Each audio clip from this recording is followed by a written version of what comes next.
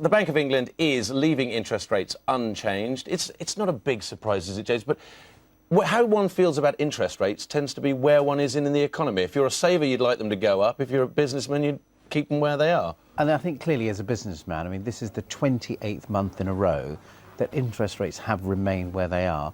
And I think without a question of doubt, from an economic perspective, it is the right decision because the UK economy is still kind of, struggling along. And I think you can't afford a risk to put those interest rates up right now. It would not be the right decision. Would you go as far as the Institute of Directors who are saying, actually, just say we're going to freeze them for the whole of the year? I mean, I think the problem is the economy is so volatile that, with the Greece crisis and the Middle East crisis, there are acts around the world that do need to be controlled. And I think if you could predict those, you could probably have a blanket statement. But I think for the Bank of England, it's better to have the flexibility to be able to move when they need to. And do you think actually interest rates are actually something that can control inflation? Because there's some discussion about whether actually they're that much of a useful tool. I mean, I think the reason why the debate is on now, because the Bank of England had predicted inflation at 2%, it's currently running at 4.5%.